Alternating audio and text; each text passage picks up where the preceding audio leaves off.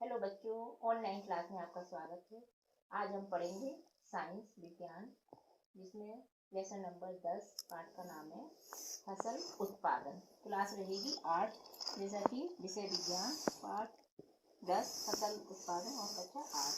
तो किसी स्थान पर एक ही समूह के बहुत सारे उपयोगी पौधों को एक साथ उगाया जाता है, उसे हम फसल कहते हैं। जैसे कहते हैं फसल क्या है, तो उसी को हम जो एक ही स्थान पर उपयोगी पौधों को एक साथ उगाए हुए झुंड या समूह की हम फसल कहते हैं। जैसे आलू की फसल, गेहूं की, चावल की, मक्का, बाजरा जो है, तो इन फसलों को मौसम के अनुसार हम जो है तो बहुत अच्छे से और अच्छा उगा सकें। तो इनको हम किस तरीके से फसल जानते हैं, तो ये 3 फसलें होती हैं: खरीफ की फसल, रबी की फसल, जायद की फसल, है ना। तो जून से अक्टूबर तक उगाई जाने वाली फसल हम खरीफ की फसल कहते हैं। इसमें चावल की फसल आ गई, मूंगफली की फसल, मक्का की फसल। अगली लेते हैं हम रबी की फसल, जो नवंबर महीने से अप्रैल तक उगाई जाती है। इसमें है गेहूं की फसल, सरसों की, चना, मटर, आलू इत्यादि। तीसरी लेते हैं जायद की फसल। जायद तो ये मार्च महीने से जून तक उगाई जाती है। इसमें मूंग की दाल की है, उड़द है, अरहर है, इनकी फसल उगाई जाती है। तो इन सबको हम जो है कॉपी पर भी बहुत अच्छे से समझते हैं कि इन फसलों को किस प्रकार की मिट्टी में उगाया जाए, कब उगाया जाए, तो जिससे इनकी गुणवत्ता और अच्छी उत्पादकता उत्पन्न हो। तो हम इसे कॉपी पर समझते हैं। मिट्टी के प्रकार, तो मिट्टी कितने प्रकार की होती है? 3 प्रकार की होती है: बलुई मिट्टी, चिकनी मिट्टी, दोमट मिट्टी। तो पहली मिट्टी है बलुई मिट्टी। जिस मिट्टी में बालू की मात्रा अधिक होती है, बलुई मिट्टी कहते हैं। इस मिट्टी में खरबूज, तरबूजा, मक्के, बाजरे की फसल बहुत अच्छी तरह उगाई जाती है। दूसरी मिट्टी है चिकनी मिट्टी। जिस मिट्टी में बालू की मात्रा कम तथा मिट्टी के कण छोटे होते हैं, वह चिकनी मिट्टी होती है। इसमें धान की खेती, सनई, कपास, पटसन की खेती अच्छे से होती है। तीसरी मिट्टी है दोमट मिट्टी। तो बलुई और चिकनी मिट्टी के मिश्रण को दोमट मिट्टी कहते हैं। इसमें गेहूं की फसल, चना, मटर, टमाटर आदि की फसल बहुत अच्छे से की जाती है। अब हम लेते हैं कि इस मिट्टियों में पोषक तत्व। अगला क्वेश्चन है मृदा के पोषक तत्व। पौधों को अपनी वृद्धि और विकास के लिए पोषक तत्वों की आवश्यकता होती है। ये पोषक तत्व मिट्टी में उपस्थित जल एवं खनिज लवण होते हैं। इन पोषक तत्वों को 3 भागों में बांटा गया है।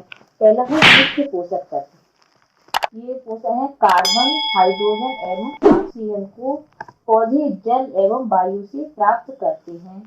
अन्य पोषक तत्व नाइट्रोजन, फास्फोरस, पोटेशियम को भूमि से प्राप्त करते हैं।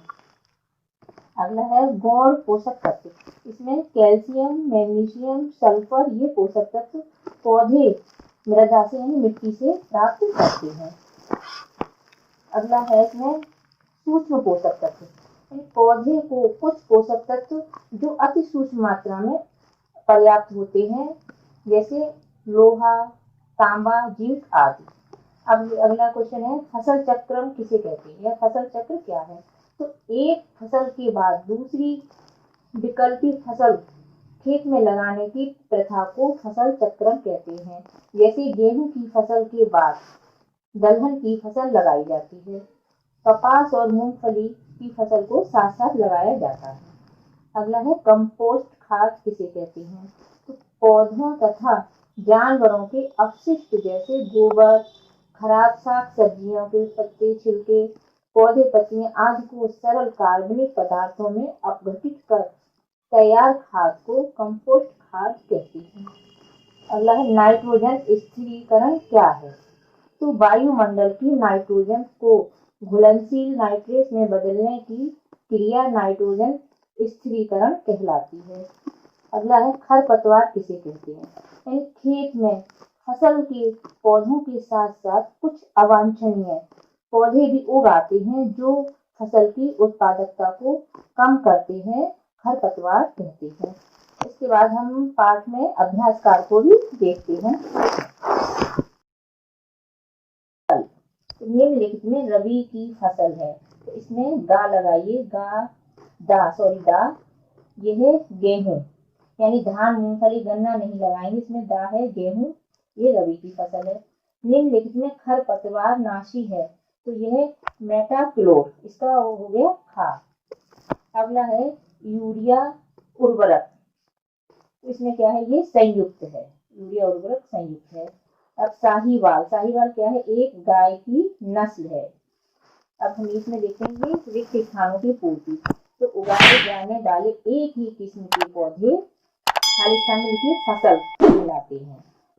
खा है खरबूज, तरबूजा, मक्का आदि के लिए खाली स्थान में लिखिए बलुई मिट्टी उपयुक्त है। तीसरा गा है बुआई के लिए प्रयुक्त यंत्र, तो खाली स्थान में बीज बेधक है। घा है सोनालिका, खाली स्थान में लिखिए गेहूं की उचित उन्नत किस्म है जो संकरण के फलस्वरूप प्राप्त हुई है। अड़ा है काटाला रोहू, जो है एक प्रकार की मछली है जो तालाब, नहर, झील एवं नदी के जल में पाई जाने वाली मछली है।